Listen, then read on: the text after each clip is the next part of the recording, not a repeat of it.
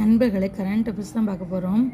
18 வயதுக்குட்பட்டோருக்கான உலகக்கோப்பை கிரிக்கெட் போட்டியில் இந்திய அணி வெற்றி பெற்றது. அது கரெக்ட் நண்பர்களே. பெண்கள் பிரீமியர் லீக் 20 ஓவர் கிரிக்கெட் தொடரில் குஜராத் அணி வெற்றி பெற்றிருக்காங்க. குஜராத் அணி வராது, மும்பை தான் வரும்னு நினைக்கிறேன். செக் பண்ணிக்க நண்பர்களே, கமெண்ட் பண்ணுங்கள். பாருங்கள், Devika Sihag badminton, Anahat Singh squash, Aravind Chidambaram chess, R S Amrit badminton. தமிழகத்தில் முதல் கடல் ஆமை பாதுகாப்பு மற்றும் மறுவாழ்வு மையம் எங்கே அமைய உள்ளதுன்னா சென்னையில் தான். கூற்று காரணம், மராட்டிய மாநிலத்தின் முதல் பெண் துணை முதல் மந்திரியாக சுனோத் பவார் பதவியேற்றார். மணிப்பூர் மாநிலத்தின் புதிய முதல் மந்திரியாக யும்னம் கேம்சந்த் சிங் பதவியேற்றார். இந்திய இராணுவத்தின் முன்னாள் தலைமை தளபதி மனோஜ் முகுந்த் நரவேனா எழுதிய நூல் 4 Stars ஆஃப் டெஸ்டினி.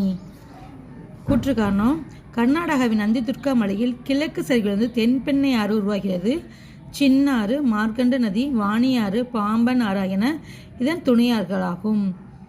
தென்பெண்ணை ஆறின் துணையாறுகள் தான் சின்னாறு, மார்க்கண்ட நதி, வாணியாறு, பாம்பன் ஆறு. என் கனவு என் எதிர்காலம் என்ற திட்டத்தை தொடங்கி வைத்தவர் யாருன்னா மு.க. ஸ்டாலின்.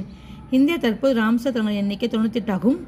உத்தரப்பிரதேசத்தின் பாட்னா பறவைகள் சரணாலயம், குஜராத்தின் சாரி தண்ட் ஆகிய 2 இடங்கள் புதிதாக இணைக்கப்பட்டது.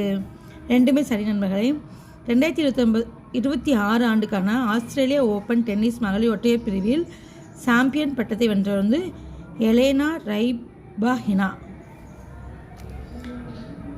உலக சுகாதார அமைப்பான WHO பரிந்துரைப்படி ஒரு நாளைக்கு எத்தனை கிராமுக்கு குறைவாக சோடியம் குளோரைடு உள்ளது அப்படின்னாங்கன்னா நம்மளே 10க்கு பீன் கொடுத்துருக்காங்க, 2 கிராம்.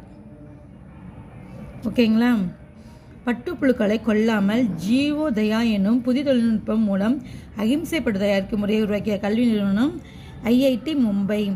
இந்தியாவில் தமிழ்நாடு எத்தனையாவது பெரிய பொருளாதார மாநிலமாக உள்ளதுன்னா 2வது, ஃபஸ்ட்டு மகாராஷ்டிரா.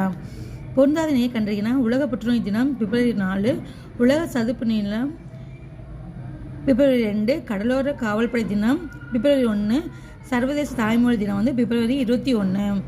இந்தியாவின் முதல் கூட்டுறவுசார் செயலியான பாரத் டாக்ஸி செயலை தொடங்கி வைத்தவர் அமித்ஷா. உலகில் சிறந்த ஆசிரியர் என்ற பரிசை வென்ற இந்திய ஆசிரியர் ரூபில் நாஹி. 2026 ஆண்டுக்கான ICC ஆடவர் T20 உலகக்கோப்பை கிரிக்கெட் போட்டியை எந்த நாடு நடத்துகிறதுனா இந்தியா, இங்கிலாந்து.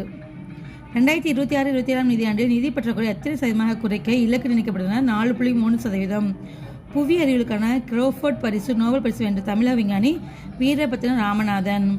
இந்திய அரசமைப்பு எந்த சட்டப்பிரிவின் கீழ் மத்திய பட்ஜெட் தாக்கல் செய்யப்பட்டதுன்னா சட்டப்பிரிவு 112.